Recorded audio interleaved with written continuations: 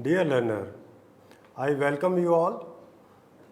Myself, Dr. Sanjay Agrawal, Associate Professor, Electrical Engineering, School of Engineering and Technology, Indira Gandhi National Open University, New Delhi.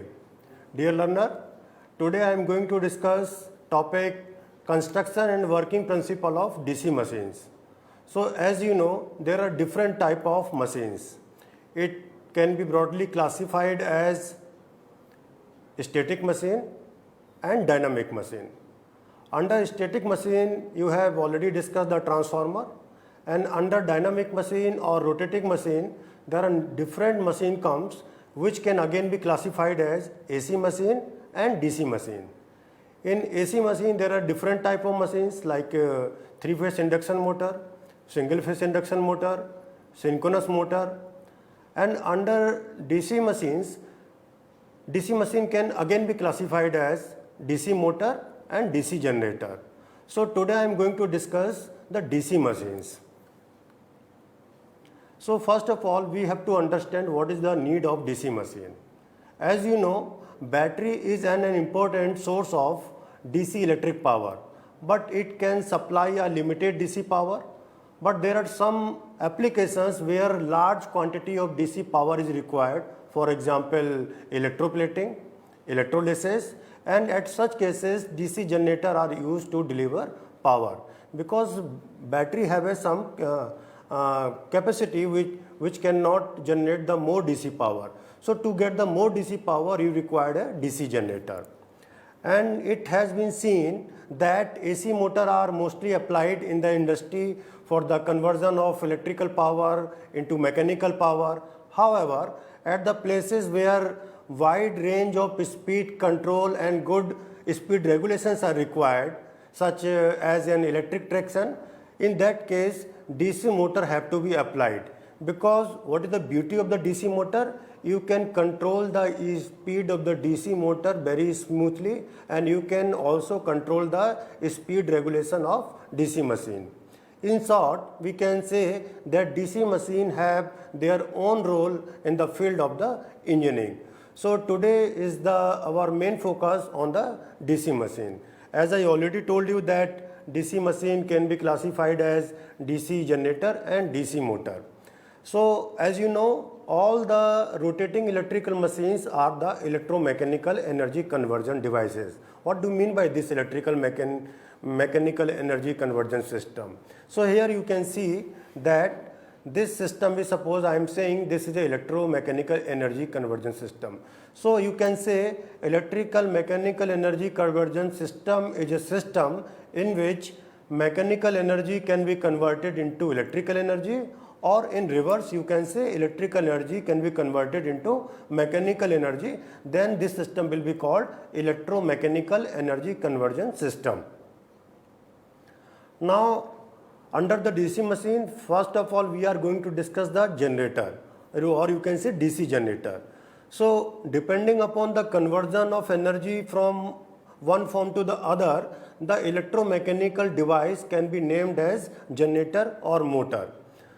So an electromechanical device that converts mechanical energy or power into electrical energy or power is called generator. So what happens in the generator? Just you are giving us some mechanical energy, and this mechanical energy is being converted into electrical energy. What do you mean by this? You have a generator. Now what you have to do? You have to rotate the rotor of the generator, and that means you have to rotate the rotor of the generator. That means you need some mechanical energy.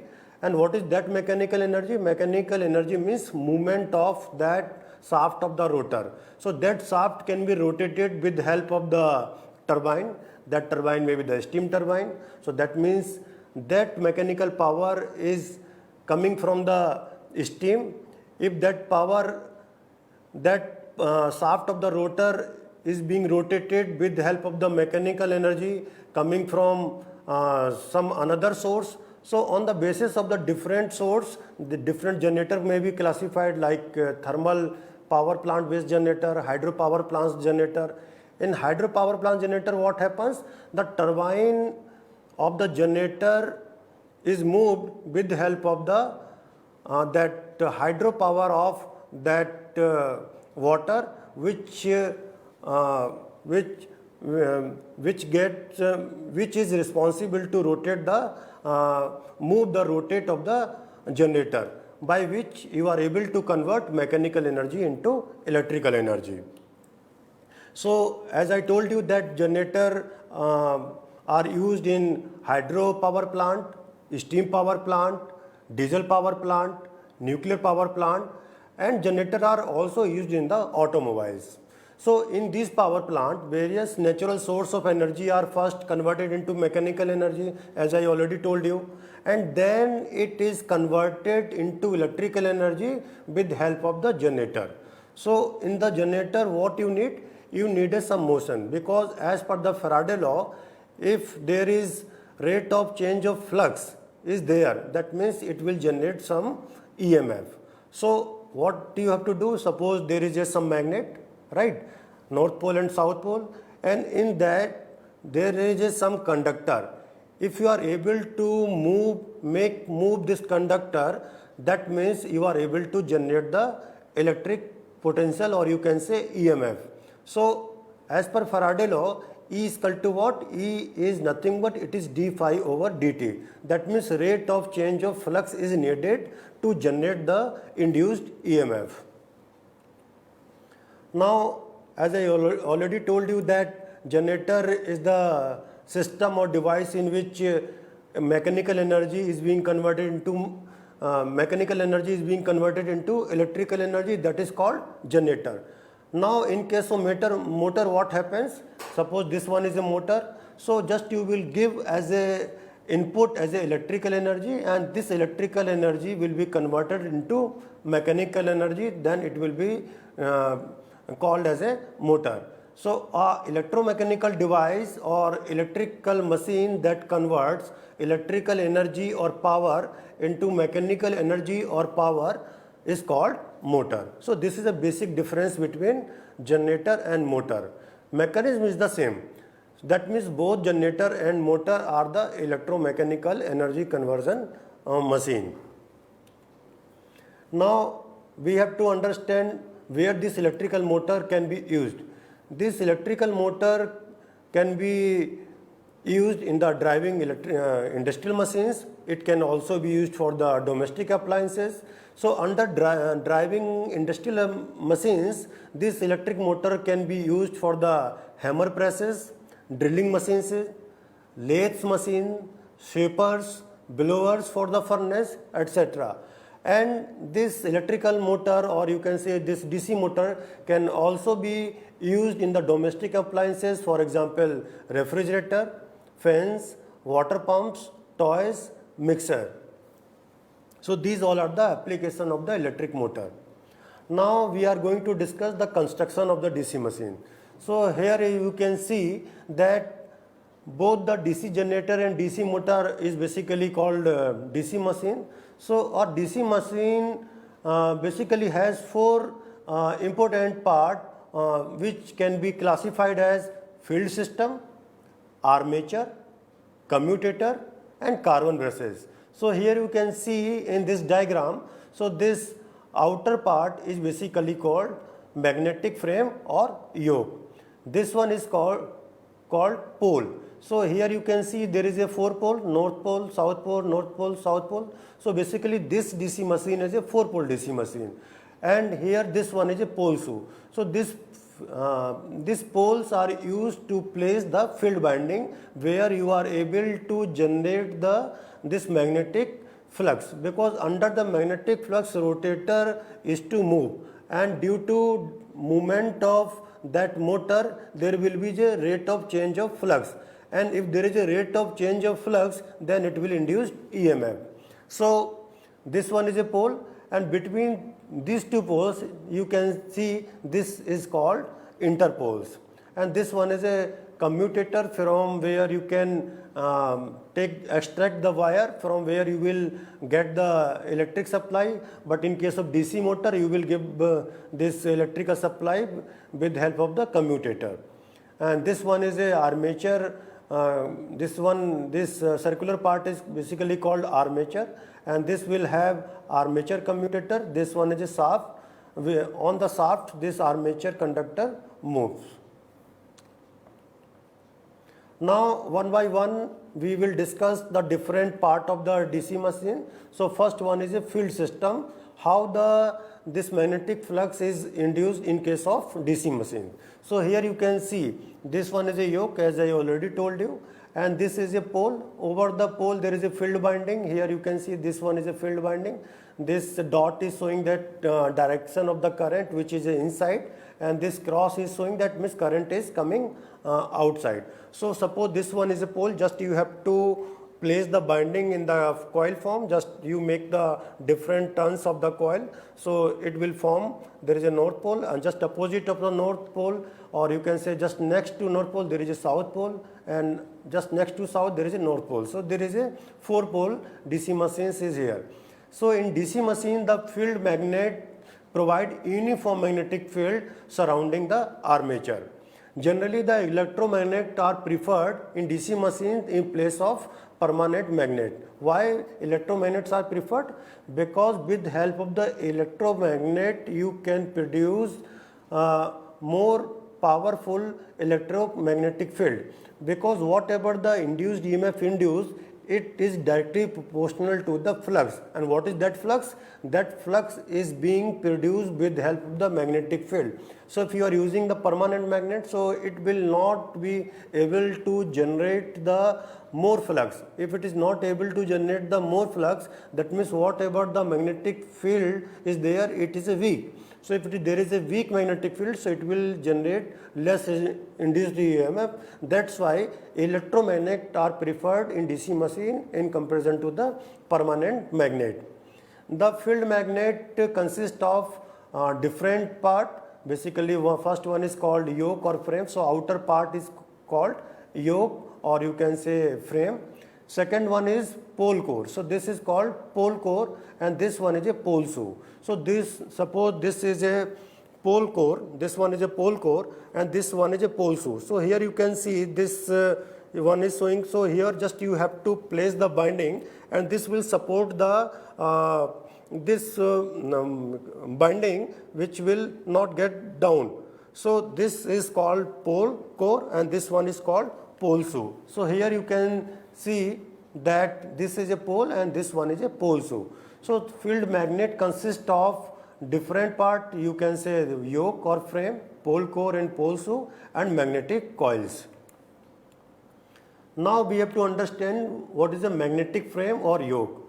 The outer cylindrical frame to which main poles and interpoles are fixed, and by means of which the machine is fixed to the foundation, is called yoke. Now we have to understand what is the function of this magnetic frame or yoke. Basically magnetic frame or yoke serves the two purposes. First one is it provides mechanical protection to the inner parts of the machine. So because this is cylindrical shape outer form, so whatever the binding is placed inside. So here you can say this is a cover. So it provides the mechanical protection to the inner parts of the machine. Second function of magnetic frame or yoke is it provides a low reluctance path between the magnetic flux. Because suppose there is because you need a stator, you need a rotor. So if there is a space between stator and rotor, so this flux will be transferred from stator to rotor. So it will produce some reluctance. So reluctance can be understood just like a resistance. If anything is opposing to the magnetic flux, that will be called reluctance. Like in case of the electrical, if anything is opposing to the flow of the electrical current, that is called resistance. So magnetic frame or yoke provides a low reluctance path for the magnetic flux. Now we have to understand what are the magnetic material used to make this magnetic frame or yoke. The yoke is made of cast iron for the smaller machines, and for the larger machine it is made of cast steel or fabricated rolled steel, since these materials have better magnetic properties as compared to the cast iron. Now we are going to discuss pole core and pole shoe. The pole core and pole shoe are fixed to the magnetic frame or yoke. Like suppose this one is a yoke and this one is a yoke. So pole core is just fit it with help of the screw jack mechanism. It is placed by, you can tight with help the screw, and the pole shoe is fixed to the pole core. So here you can see this one, this one is a pole core, this part, and this one is a pole shoe. So binding will be placed on the pole core. So function of the pole core and pole shoe is what? They support the field or exciting coil, because whatever the magnetic field is being produced, it is also called exciting coil. Because if there is no flux, so there will be because if there is no flux, so it will not generate rate of change of flux. If there is no rate of change of flux, that means it will not generate any EMF. And second function of pole core and pole shoe is what? They spread out the magnetic flux over the armature periphery more uniformly. Since pole shoe have the large cross sectional, so the reluctance of magnetic path is reduced. So this is all about the function of pole core and pole shoe. Now we have to understand what is the material used to make this laminated pole core or laminated pole shoe. The pole core and pole shoes are made of thin cast steel or wrought iron laminations that are riveted together under hydraulic pressure. Now we have to understand why this magnetic magnetic pole core are laminated. This lamination are done to reduce the power loss due to the eddy current losses. Now we have to understand magnetic coils or field, or you can say exciting coil. So here you can see this outer part is a yoke, or you can say a magnetic frame, where this one is a pole core, this one is a pole shoe. This violet color is basically, it is a rotor, this one is a shaft. So to generate the magnetic field, field binding are placed on the pole core and armature conductor are placed on the rotor. So to set up the flux in the magnetic circuit of DC machine, the magnetomotive force, or you can say MMF, is required. A electromagnet is formed by field or magnetic coil which are supported by the pole core. The magnetic flux produced, that is MMF, is developed in these magnetic coils. So whatever the magnetomotive force, or you can say magnetic flux is being produced, it is due to this field binding only. When DC is passed through the field binding, it magnetizes the pole that produces the required flux. The field coil of all the poles are connected in series in such a way that when current flows through them, the adjacent pole attain opposite polarity. What is the meaning of this? Means it is made like this. Suppose this one is north pole, so just adjacent to the north pole there should be the south pole. In series field machines, the field coil is made of thick wire of copper with less turn. Reason is what? If it is because DC machine or DC generator or DC motor can again be classified as DC series motor or DC shunt motor. So in case of DC series machine, so whatever the field coil is made, it should be of thick wire. Why it is of thick wire? Because reason is whatever the current is being flown through the field binding, it should be the more. So if it is a thick conductor, that means you can understand like this.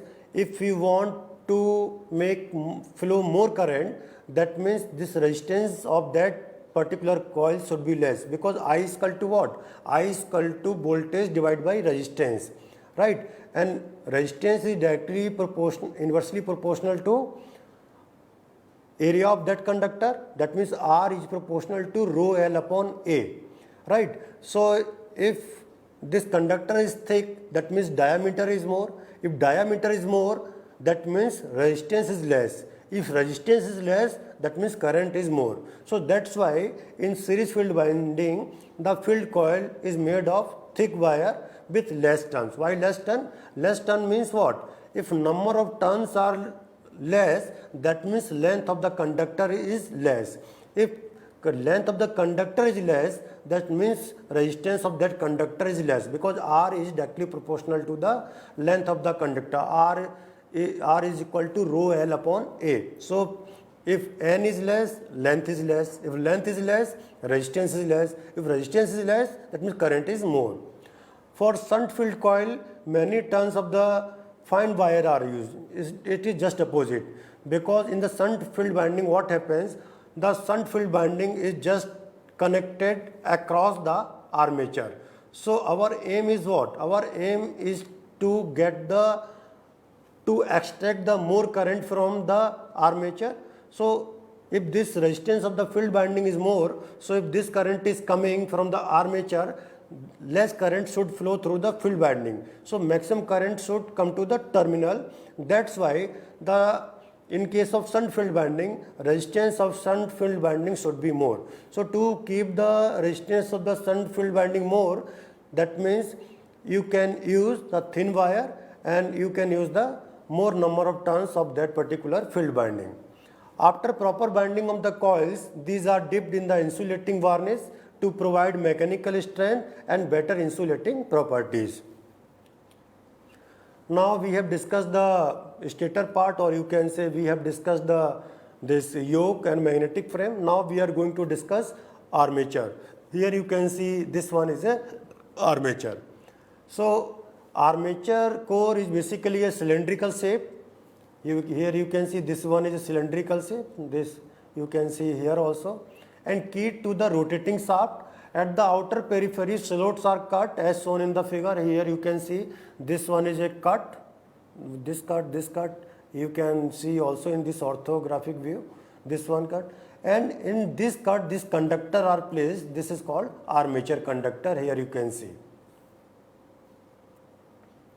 The armature core serves the following purpose. First, it houses the conductor in the slot. That means you have to put the conductor. Where will you put the conductor? It would be placed in these slots of the armature.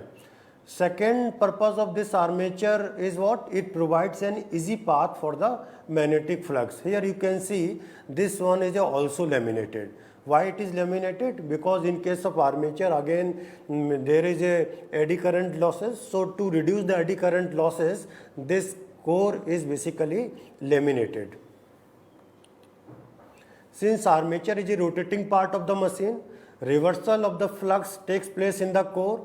If there is a reversal of the flux of the core, that means there is a hysteresis losses. So to reduce the hysteresis losses, what you have to do? You have to use silicon steel material. The rotating armature cuts across the magnetic field that induces an EMF in it. This EMF circulates the eddy current that results in a eddy current losses. So to reduce these losses, armature core is laminated, as I already told you.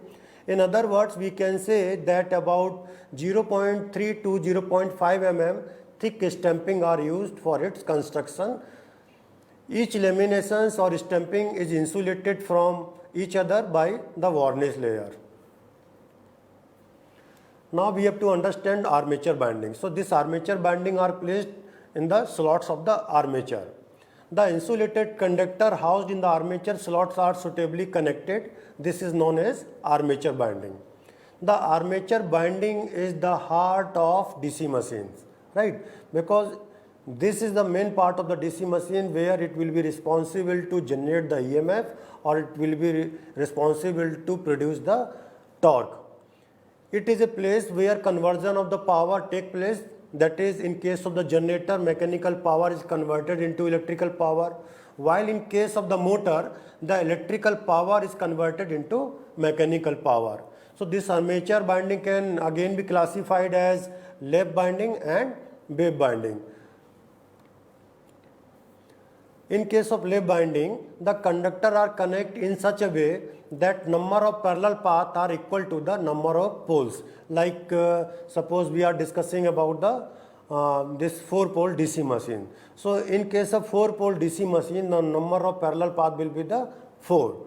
So if machine has, you can say, P number of poles, either P may be the 2 or 4 or maybe 6, and Z number of armature conductor, then there will be a P parallel path, and each path will have Z upon P conductor in the series. Like suppose there is a 1000 conductor and 4 number of poles are there. So 1000 divided by 4, So it comes 250. So each path will have 250 conductor in series. In this case, the number of brushes is equal to the number of parallel path, out of which half of the brushes are positive and remaining half are the negative. So this is all about the lap binding. Now we have to understand the wave binding. In wave binding, the conductors are so connected that they are divided into two parallel paths, irrespective of the number of poles of the machines. Suppose any machines has Z number of armature conductor, so there will be only two parallel paths and each will have Z upon 2 conductor in series. So as I told you that in case of the lap binding, there was a 1000 armature conductor and there was a 4-pole machine. So each path will have the 250 conductor, but in case of the wave binding, what will happen? Because Z is a 1000 and it will be divided by 2, so here each path will have 500 conductor in series.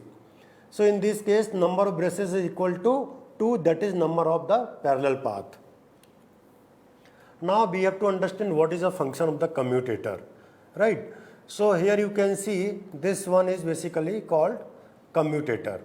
So commutator is an essential part of the DC machine, whether it is a DC generator or DC motor. This commutator is placed between the armature and the external circuit. So this will be a link between the external circuit and that rotor. So it has cylindrical shape and approximately the same diameter as the armature, because this commutator will rotate in the armature. So here you can see this is a slotted armature. This one is a mica which will insulate between commutator and armature, and this one is a shaft on which this commutator and armature will rotate. The winding ends of the armature are directly soldered to the commutator segment. The armature coils are connected with the commutator, which in turn gets connected to the external circuit through carbon braces sliding on commutator. Now we have to understand what is the function of the commutator. Here you can see this one is a armature, this one is a commutator, and over commutator there is a brushes are placed, and from the brushes you can extract the wire, and this one is a stator. So function of commutator is what? It completes electrical circuit by connecting rotating armature coils and stationary electrical circuit. In generating action, what happens? It works as a rectifier, because in case of DC motor, what supply do you need? You are giving the DC power. So in case of DC, what will happen? It will work as a rectifier which convert generated AC voltage into DC voltage in case of the DC generator. But in case of DC motor, what happens? It reverses the direction of the DC current to maintain the torque in same direction. So you can say this commutator work as a rectifier also. Now we have to understand what is the material that is used to make the commutator. Commutator is made of the large number of the edge-shaped segment of hard drawn copper. Here you can see this is a commutator and it is made of the basically copper, and the segment are insulated from each other by the thin layer of the mica. Here you can see this one is a mica are used. So this mica insulate each segment of the commutator. Now, as I told you that over the commutator brushes are placed, and these brushes will be in basically this commutator will move and brushes will always be touch, right? So from the brushes you can extract the wire. So what is the function of brushes? The brushes are pressed upon the commutator, like suppose this commutator is moving and this one is a brushes. You can say this is a brush. So just this commutator is moving, but this the place of this brushes is fixed. So of course there will be some friction between the brushes and the commutator. So brushes are pressed upon the commutator and form the connecting link between the armature binding and the external circuit. The brushes are held in particular position around the commutator by the brush holder and rocker. Here you can see this one is a basically brushes and this is pressed, this one, and you know that brushes are made of the carbon. So they are usually made of high grained carbon, because carbon is also a good conductor, because carbon is a conducting material, and the same time in powdered form it provides the imbricating effect on the commutator surface. So, or another word you can say, carbon have some lubricating property also, because commutator is moving and this brushes is touching. So if it doesn't have lubricating property, so there will be some chances of the spark. So to overcome the chances of the spark, these brushes are made of the carbon. Now we have to understand what is the function of this brush rocker. Brush rocker holds the spindles of the brush holders. It is fitted on the stationary frame of the machine with the nut and bolts. By adjusting its position, the position of the brushes over the commutator can be adjusted to minimize the sparking of the brushes. So the main disadvantage that may happen in case of the brushes, that is a sparking. So proper adjustment is very much necessary to overcome the problem of the sparking in case of DC machine. Now we have to understand what is the function of end housing. End housing are attached to the ends of the main frame and support the bearing. The front housing support the bearing and the brush assemblies, whereas the rear housing usually support the bearing only. Now, as I already told you that bearing are also used in the DC machine, because on the bearing this shaft will move. So we have to understand what is the function of the bearing. The ball or the roller bearing are fitted in the end housing. The function of bearing is to reduce friction between the rotating and the stationary part of the machines. Mostly high carbon steel is used for the construction of the bearing, as it is very hard material. Now there is another part of the DC machine which is the most important part, that is called shaft, because there is a shaft on which this rotor or you can say armature moves. The shaft is made of mild steel with maximum braking strength. The shaft is used to transfer mechanical power from or to the machine. The rotating parts such as armature core, commutator and cooling fan are key to the shaft. That means it should have high mechanical property also, because whole weight of the armature and the commutator will go on the shaft only. Now we have to understand the working principle of DC generator. So as I already told you that DC generator works on the principle of the Faraday law of electromagnetic induction. So whenever conductor is placed in the bearing or you can say rotating magnetic field, it will induce an induced EMF. So here you can understand. So here you can see this is a one magnet. You can say this is north magnet and this is a south magnet. So if there is a magnet, so this is a, you can say this is electromagnet or it may be the permanent magnet. If there is a magnet, so this magnet will induce some flux or you can say it will have some magnetic field, and this direction of the flux has been shown by this arrow. So flux, the direction of magnetic flux from north to south, right? Now this is a stationary magnetic field. It is not of rotating of nature. Now here you can see this one is a conductor. This is a, just I am taking a one coil for the to make you understand. This you can say this is a conductor, and this conductor is moving because this is stationary magnetic field from the north pole and the south pole.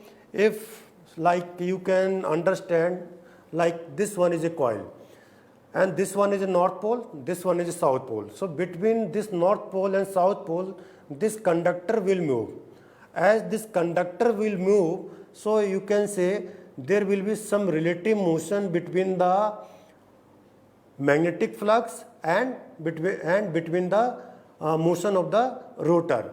if this armature is fixed, that means there is a no rate of change of flux. If there is a no rate of change of flux, so of course there will be no EMF will be produced, because E is equal to what? E is what? E is EMF, or you can say electromagnetic force. E is directly proportional to d phi over dt. So to get the any induced EMF, you need to get rate of change of flux. So this flux is getting from the north pole and south pole, and this conductor is moved by any means, then you can generate the induced EMF. And how this conductor can be moved? Just you connect with the help of the turbine.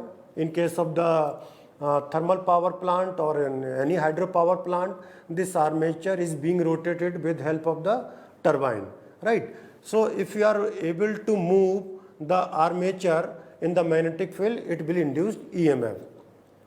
And how much EMF will be induced, it will depend on there are different parameters.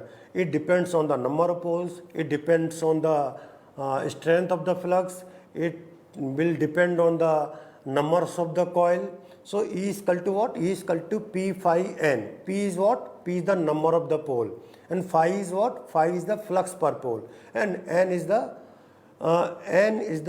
at which speed it is rotating under the magnetic field. And it will also depend on the number of the armature conductor. It will also depend on the number of the parallel path.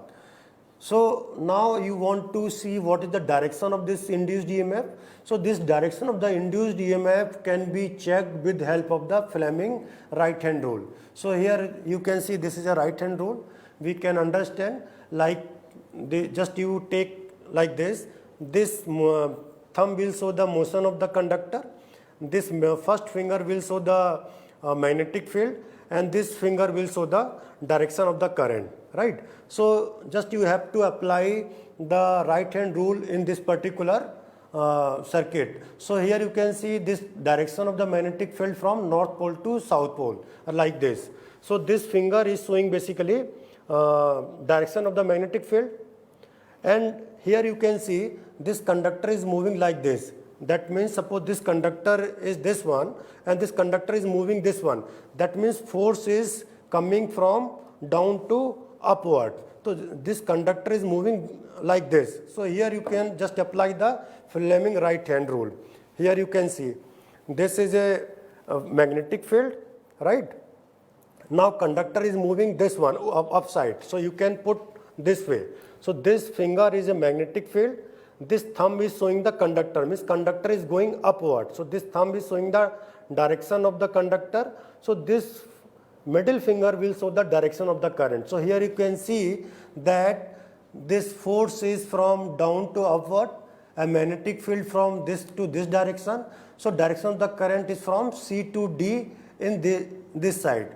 Now if you are talking about this conductor, so here you can see, because if conductor is moving this way, that means force is coming this way, and here conductor is going this way, so that means force is coming from upward to downwards. That means direction of the conductor is from top to bottom. So just you have to apply the Fleming right hand rule in this way. This finger will show the direction of the magnetic field because it is a fixed north pole and south pole, and this one is a direction of the thumb, that is will show the direction of the conductor. So this finger will show the direction of the current produced in the coil. So here you can see this is the direction of the magnetic field, and direction of the movement of the conductor from top to lower. So direction of the current is what? It is from A to V. So this is how you can apply the Fleming right hand rule to get the direction of the current. And with the help of this split ring and this braces or slip, you can collect the current, or you can say EMF. So here you can say this is a split ring and this is a carbon brushes, and this carbon brushes are connected to the external load, and you can collect the current. So this is the working principle of the DC generator. So here we can conclude that to get the electromagnetic EMF, you need rate of change of flux rate of change of flux. Now we have to understand the EMF equation of the DC generator. So as I already told you that induced EMF in a conductor is directly proportional to the rate of change of flux linked with conductor. So E is equal to what? E is equal to d phi over dt. So just you consider the different parameter like P is the number of poles, N is the speed of rotation in the armature in the RPM, Z is the total number of armature conductor, phi is the flux per pole in a Weber, and A is the number of parallel path of the armature conductor, right? So because phi is the flux per pole and there is a P number of poles, so total flux linked with the conductor in one revolution is equal to what? Flux per pole multiplied by the number of poles. So it is equal to phi into P. And do you know time taken in one revolution is equal to what? 60 upon N. Why? Because N is in RPM. So if you want to calculate time taken in one revolution, it comes 60 upon N second. Now as you know that as per the Faraday law, E is equal to d phi over dt. So just you differentiate this total flux with respect to the time. So total flux is what? P into phi, and time is what? 60 upon N. So it will be E is equal to what? P phi N upon 60. Now average EMF induced in DC machine is always equal to EMF across each parallel path. So average EMF across each parallel path is equal to what? E can be written as EMF induced per conductor in one revolution multiplied by number of conductor in parallel path. So EMF induced per conductor in one revolution is equal to what? That is P phi N upon 60, and number of conductor in parallel path is what? That is Z upon A. So E equal to what? E is equal to P phi N upon 60 into Z upon A.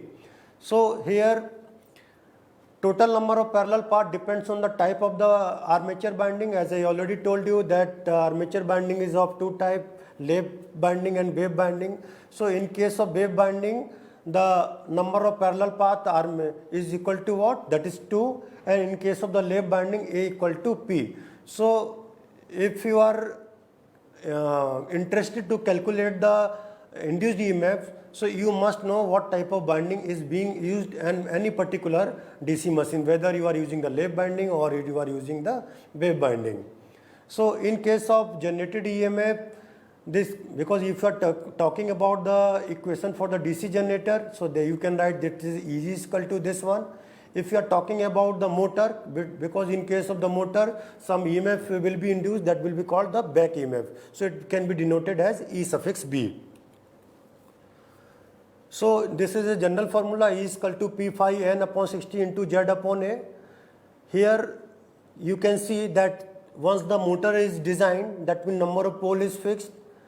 This N may be the fixed because it depends on the how much, at which speed it is being rotated. So which quantity is fixed? This P is fixed, number of poles. This Z armature conductor, once the motor is designed or DC machine is designed, so armature conductor is fixed, and binding is also fixed, whether you are using the lap binding and wave binding. Once the motor is designed, you cannot change the lap binding into wave binding. So this P is fixed, Z is fixed, number of parallel path is fixed, 60 is constant. So whole this quantity can be replaced by as K. So you can write E is directly proportional to phi N, where N is equal to what? N can be written in terms of the omega, because omega is equal to 2 pi N upon 60. So you can write E is directly proportional to phi into omega, where phi is a flux per pole and omega is a angular speed. So we conclude that induced EMF is directly proportional to flux per pole and speed. The polarity of induced EMF depends upon the direction of the magnetic field and the direction of the rotation. If either of two is reversed, the polarity of induced EMF, that is brushes, is reversed. When both are reversed, the polarity does not change. So here just we are taking some two examples very quickly. Here you can see a 4-pole lap bound armature has 144 slots with 2 coil sides per slot, where each coil has 2 turns. if flux per pole is a 20 milliweber and the armature rotates at 720 rpm, you have to find the induced EMF across the armature and across each parallel path. So you have a very familiar formula, EZ is equal to P phi N62 Z upon A, and here you can see it, you have to find out the total number of conductor, because number of slot 144 with 2 coil side per slot and each coil has 2 turn. So Z is equal to what? 144 into 2 into 2, that is 576. Number of parallel path is given, because it is a lap bonding, so A is equal to P, phi is given, that is a 20 milliweber. So you have all the parameter here, just put the value, then and after the solving you will be able to calculate the induced EMF, that come 138.24. So voltage across each parallel path is equal to what? 138.4 volt. Now dear learner, so this is all about the DC machine that we have discussed the construction part, and we have also discussed the working principle of the DC machine. Dear learner, I am going to offer that is a course Principle of Electrical Science through the SWAYAM platform. This comprehensive course on the Principle of Electrical Science is mainly for the undergraduate first year engineering student or diploma engineering student or any 12th pass student with background of the physics, chemistry and mathematics can join this course. This course will cover all the machine, whether it is AC machine or DC machine. That means this course will cover DC machine, induction machine, synchronous machine, single phase induction motor, and we will also discuss here the some electrical installation. Under the electrical installation, how the house wiring can be done, and what is the function of the fuse, what is the function of the MCB, and we will also discuss what is the function of the battery, how the capacity of the battery can be increased. So if anybody is interested, you can join this course, and for joining the course just you have to go through the swayam.gov.in, and then you select the logo of the IGNOU and you click the IGNOU, then you will find the different courses are there, and under that course you can search the course that is a Principle of Electrical Science, and you can join this very interesting course. Thank you very much.